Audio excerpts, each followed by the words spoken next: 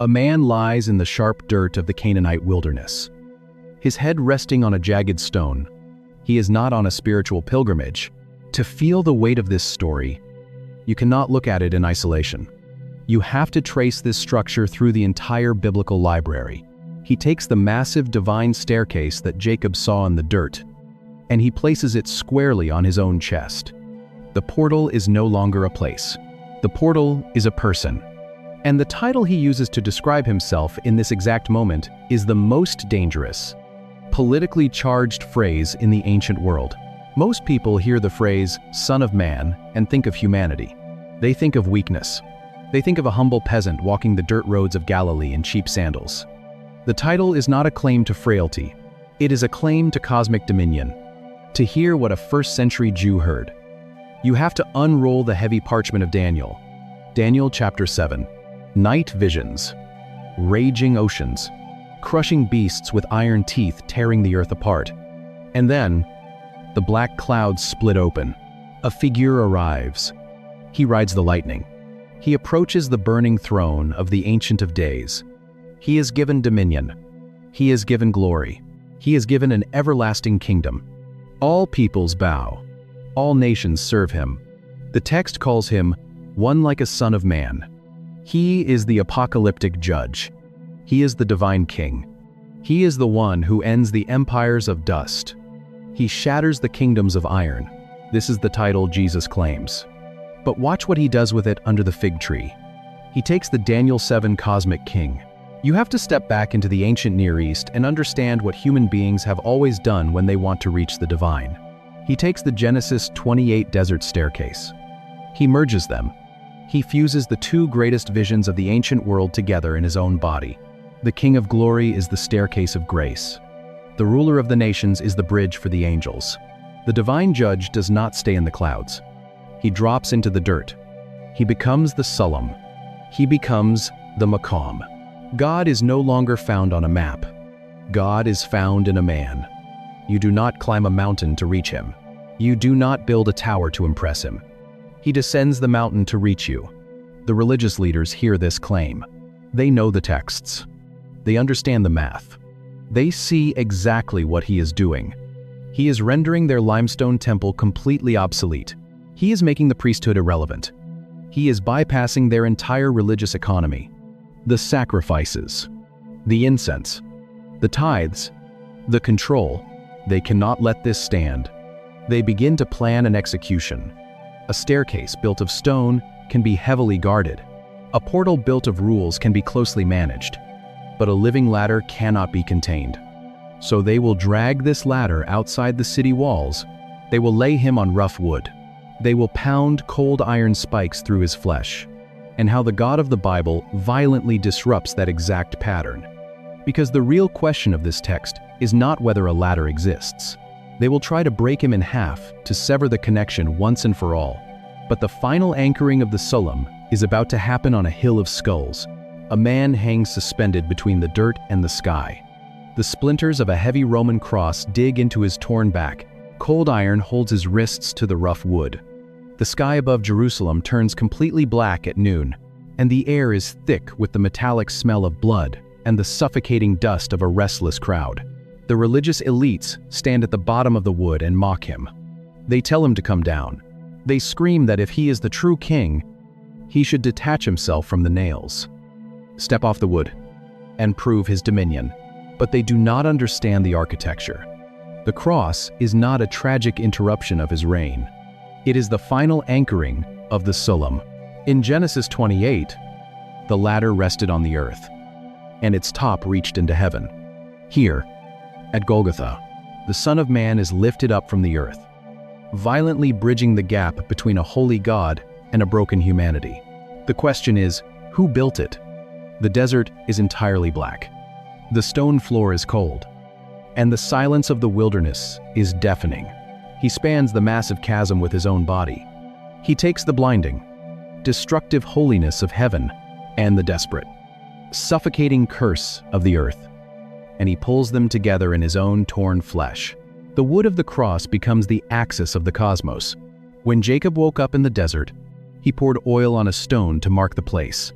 When Jesus breathes his last, a Roman soldier drives a spear into his side, and blood and water pour out over the dirt. The true Macomb is finally anointed, and in that exact moment, across the city, inside the massive limestone temple that the religious leaders spent decades building, something impossible happens. The heavy woven curtain that guards the Holy of Holies, the thick, massive veil that separates the presence of God from the people, tears violently in half. It rips from the ceiling to the floor. The physical building is decommissioned. The geographical zip code is canceled. The presence of God spills out of the dark room, out of the building, out into the streets, permanently bypassing the human-made ziggurat. The connection is made permanent. The divine traffic is flowing not over a building, but over a broken chest. Jacob is the deceiver, the heel grabber, the man who spent his entire life trying to climb over his brother, over his blind father. The portal is wide open, but the implication of this torn veil extends far beyond a first-century Roman execution. It reaches through the centuries, bypassing every religious institution, straight into the quiet, desperate architecture of your own life. We are a species obsessed with climbing. You wake up carrying a familiar tension in your chest and your jaw. You look at your life, you look at your failures, and you think, if I can just fix this habit, if I can just pray a little longer, if I can just construct a better version of myself, God will finally meet me. You are building a Babel in your own mind. You are baking mud bricks of self-improvement and slathering them with the sticky tar of religious duty, sweating under the suffocating pressure of your own performance. And every time you slip on the steps, every time you fail, you assume the divine presence is retreating into the clouds. But here is the part I keep coming back to: the jagged stone in the dark. Jacob did not receive the vision of the staircase because he finally got his life together. He did not build a shrine and wait for God to arrive. He received the revelation of the Sullam in the exact moment when he had absolutely nothing left to offer, over his own limitations to get what he wanted. He spent his life building a ladder out of lies, and it collapsed under his own weight. He was a deceiver on the run, shivering in the cold night air, his neck resting on a rock, with nothing to his name but the dust on his skin. God did not meet him at the top of a successful moral tower. God met him at the very bottom of his failure. If you are in a season where your spiritual life feels like a collapsed ziggurat, where the heavy bricks of your own effort have crumbled in your hands, and you are lying exhausted in the wilderness of your own mistakes, stop building. The gospel is not a ladder you climb. It is a person who descends. You do not have to drag yourself up a staircase of religious performance to force the divine hand. The Son of Man has already crossed the cosmic distance. He has already stepped down into the dirt. He has taken the torn wood of a Roman cross and anchored it into the bedrock of human reality, making his own crushed chest the permanent bridge between your exhaustion and the throne room of heaven. Your failure does not sever the connection. Your inability to climb does not close the gate. The portal is wide open, and the divine traffic is already moving. Because when you step back and look at the entire sweep of the biblical text, you realize this massive architectural shift was not an accident. It was always the plan. Now he is at the bottom. He has nowhere left to climb. And in the dark, the fabric of the sky tears open. The sun rises over the Canaanite wilderness. Jacob opens his eyes. The terrifying, the beautiful vision of the night fades into the morning light, but the jagged stone remains beneath his neck. The physical desert is exactly as he left it, but the universe has been completely rearranged. The builders of Babel tried to reach heaven, and their mud brick tower was crushed into the dirt. A deceiver slept on a cold stone, and a divine staircase dropped into his darkness. Priests burned incense in a massive limestone temple, and the silence stretched for 400 years. A skeptic sat under a fig tree, and the Son of Man collapsed the cosmic distance. The religious elites plotted an execution, and a Roman cross became the axis of the world. A soldier drove a heavy iron spear into a torn chest, and the true Macomb was finally anointed. The heavy temple veil tore violently in half, and the presence of God spilled out into the streets forever. Same ladder, same God, But maybe the part that stays with me most is that jagged stone digging into Jacob's skin. Not a priest in clean linen robes. Not a king sitting on a throne. A liar, shivering in the cold night air, entirely out of options, and running for his life. That is exactly where the architecture of heaven decided to land. If you are in a season where you feel like he sees a structure resting on the earth, its top reaching into the heavens, messengers of God are ascending and descending on it. You are lying in the dirt of your own mistakes, completely unable to climb. Stop trying to construct a portal. Your perfection is not the prerequisite for his presence. The kingdom is not an achievement, it is an invasion. And may the God who has never once asked you to build a staircase to heaven meet you exactly where you are in the dust and bring you into a presence you could not have earned any other way. If this reached something in you, subscribe. Leave a comment, even one word helps. Share this with someone who is exhausted from trying to climb. Pray for us as we keep digging into these texts. And Yahweh himself stands at the top, speaking into the night. But the detail that changes how you read this entire encounter isn't the presence of the angels. It isn't even the voice of the God who speaks to a liar in the dark. It is the architecture. He is not waiting for a revelation. He is running for his life. The sun has dropped. The desert temperature is plummeting. In the ancient Near East, if you wanted the divine to notice you, you built a mountain. You walked out into the plains of Shinar. You baked mud bricks in the blistering Mesopotamian sun. You slathered them in sticky black bitumen, and you stacked them toward the sky. The Babylonians called them ziggurats. They were massive, terraced step pyramids with a shrine at the very top and a grand staircase running down to the earth. The logic of the ziggurat is the logic of every human religious system. You start in the dirt. You construct a system of morality, a system of sacrifices, a system of behavioral perfection. You lay the heavy bricks of your own righteousness, sweating under the weight of the rules, hoping that if you build your staircase high enough, the gods will finally step down and bless you. This is the Tower of Babel in Genesis chapter 11. Babel is not a monument to human pride. It is an architecture of religious panic. The builders at Babel declare, "Let us build for ourselves a city, and a tower whose top will reach into heaven." They are trying to engineer a portal. They are trying to force the divine hand through human effort. And he is a thief who has just stolen his brother's future. The dust on his sandals is the only thing he owns, constructing a religious staircase out of mud and tar. And the God of the Bible destroys it. He scatters the builders. He breaks the staircase. He refuses to be manipulated by human construction. The divine cannot be bought with a brick. Generations pass, and a man named Jacob enters the wilderness. Jacob is not building anything. He is running. He has no bricks. He has no mortar. He has only a jagged stone beneath his neck and a lifetime of deception behind him. He is entirely passive, trapped in the paralyzing vulnerability of sleep. And it is exactly here, in a moment of total moral failure and physical exhaustion, that the architecture appears, a staircase resting on the earth, reaching into the heavens. It is the exact thing the builders of Babel were trying to construct, but the trajectory is completely reversed. Babel was built from the ground up by human hands, grasping desperately for the sky. This new structure is dropped from the heavens by a sovereign God, reaching down to a broken man in the dirt. Jacob does not climb. He does not build. He simply receives. Look closely at the movement in Genesis 28. Most people assume this story is about a dream. They read Genesis chapter 28, and they picture a whimsical vision of a wooden ladder stretching into the clouds. The messengers of God are ascending and descending. They are not waiting for Jacob to finish a religious project. The connection between heaven and earth is already active, already established, operating perfectly while the deceiver sleeps. But to grasp the sheer shock of what he sees in the dark, you have to look at the exact Hebrew word the writer uses to describe this structure, because it only appears here, exactly once.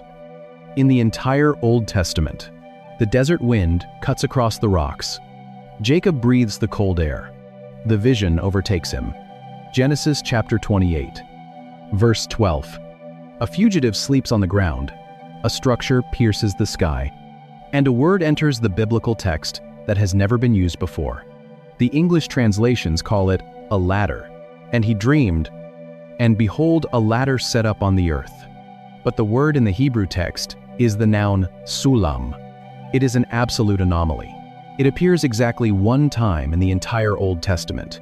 Just here. Just in this dream. Its root is the Hebrew verb salal, to cast up, to build a highway, to heap up stones. When the prophet Isaiah wants to describe a massive royal road for God's return, he uses this same root. He cries out, "Build up, build up, prepare the road." This is not a flimsy wooden ladder leaning against a cloud. It is a massive, terraced ramp. They imagine angels floating gently up and down. A comforting bedtime story for Sunday school. A message of peace for a tired traveler. It is a divine ziggurat staircase. A royal highway dropping from the throne room into the dust. Jacob wakes up. The sun rises over the ridges. The desert is empty. He is terrified. He looks at the dirt. He looks at the rock. Genesis 28. Verse 16. He trembles and says, "Surely the Lord is in this place. And I did not know it." The word he uses for place is the Hebrew makom. It means a physical location. But in the ancient Canaanite world, makom carries a heavier, more dangerous weight. It means a sacred site, a holy footprint, a localized shrine where the gods touch the earth. Jacob thinks he has stumbled onto a geographical anomaly. He thinks the dirt itself is radioactive with divine presence. He takes the stone from under his head. He stands it upright. He pours sticky oil over the top of it. He names the coordinates Bethel, the house of God. He makes a vow. He sets up a monument. He tries to lock the revelation into a specific zip code. This is the great misunderstanding. Jacob's reaction is not a profound theological awakening. It is a panicked religious response. He thinks the Maqam is a location on a map. He thinks the Sullam is tethered to this specific mountain in Canaan. He assumes the gate of heaven has a fixed, immovable address. He is completely wrong. He leaves the desert. He goes to Haran. He works, and it does carry a message of comfort. But if you look closer at the stone digging into his neck, he wrestles. He limps. Centuries pass. The descendants of Jacob build a massive stone temple in Jerusalem. They try to recreate the Maqam. They slaughter bulls. They burn frankincense. They try to maintain the geographical portal, hoping the staircase will stay put. But the staircase was never meant to be a building. And centuries later, someone is about to stand under a tree and pull the entire architecture entirely off the map. Jacob poured oil on a rock, but the rock was only a shadow. For hundreds of years, the descendants of Israel try to maintain the geography. They build a temple of heavy, white limestone in the center of Jerusalem, day after day, year after year. The priests slaughter lambs on bronze altars. The sharp, metallic scent of blood and the suffocating smoke of burning frankincense fill the air. It is a desperate, ongoing attempt to keep the portal open, to maintain the Maqam Jacob thought he found in the wilderness. They believe the staircase is tethered permanently to the bedrock of Mount Moriah, but empires rise and fall. The Babylonians march into the holy city with siege ramps and fire. The massive stones of the temple are thrown down into the streets. The altar is smashed. The blood dries in the dirt. And eventually, a deafening quiet settles over the biblical text. There are 400 years of silence between the last prophet of the Old Testament at the ancient structures of the world surrounding him. At the exact words Jesus chooses to quote thousands of years later, you start to see, and the opening pages of the new. No visions in the night. No ladders dropping from the clouds. No sovereign voice breaking through the dark. Heaven seems permanently shut. The religious elites respond exactly how the builders of Babel responded. They build higher walls of legalistic rules. They stack their own behavioral bricks, trying to rebuild the ziggurat out of human moral effort. hoping to force the divine hand. They assume God has retreated. The silence of those 4 centuries is not a divine abandonment. It is a sovereign preparation. If watching the scattered pieces of the biblical narrative suddenly snap together is stirring up questions you've never considered, you're exactly who this channel is for. Drop a thought in the comments and hit subscribe. Because every week we go deeper into the ancient text than you knew was possible. So the calendar turns to the 1st century. The Roman legions march across the known world, paving their highways with crushed rock. The Jewish people wait under the crushing, suffocating weight of Roman taxation. They are waiting for a political king to restore the geographical Maqam. They are staring at the sky over Jerusalem, waiting for the staircase to drop back onto the Temple Mount. They are looking for the Sullam in a building. But the architecture of heaven is about to change its shape entirely, something the Sunday school reading completely misses. The latter is not a promise of human escape. It is a declaration of divine invasion. The connection between heaven and earth is not going to be a place on a map anymore, and the detail that shifts the entire cosmos happens not in the holy city of Jerusalem, but in a dusty, obscure Galilean village. Underneath the shade of a fig tree, a man sits in the thick, green shade of a fig tree in the heat of the Galilean afternoon. He is not a priest in a temple. He is a skeptic in the dust. His name is Nathanael, and a friend named Philip comes running through the heavy heat with an impossible claim. They have found the one Moses wrote about, Jesus of Nazareth. Nathanael scoffs. Nazareth is a backwater, a nothing town. The dry dirt of Nazareth does not produce kings. But he stands up. He walks out of the shade. He goes to see for himself. Jesus watches him approach. And before Nathanael can speak, Jesus says, "Behold, an Israelite indeed, in whom there is no deceit." That is not a random compliment. It is a targeted contrast. Who was the very first Israelite? Jacob, the man whose name meant deceiver, the heel grabber, the liar who ran for his life and slept on a stone in the dark. Jesus is looking at Nathanael and declaring the arrival of a healed Jacob. And then Jesus speaks a single sentence that drops the floor out of Nathanael's reality. This vision is not offering Jacob a way up to God. It is showing him that God has already come down to the dirt. Before Philip called you, when you were under the fig tree, I saw you. The distance collapses. The skeptic shatters. Nathanael realizes he has been entirely, terrifyingly known by the divine mind. He cries out, "Rabbi, you are the Son of God. You are the King of Israel." It is a massive confession. It is the highest theological category Nathanael possesses. But Jesus tells him it is not enough. Jesus tells him he is going to see something greater. This is not a polite introduction. This is an architectural shift. Listen to the exact words Jesus speaks in John chapter 1, verse 51. He looks at Nathanael. He looks at the disciples, and he reaches all the way back across thousands of years of silence, past the ruined temples, past the Babylonian fires, straight into the dark desert of Genesis 28. He says, "Truly, truly, I say to you, you will see heaven opened, and the angels of God ascending and descending on the Son of Man." Do you hear the echo? The open sky, the messengers ascending, the messengers descending. Jesus is quoting the stone pillow in the wilderness. He is quoting the Sullam. But notice what is missing. Jesus removes the geography. He removes the temple. He removes the mountain of Bethel.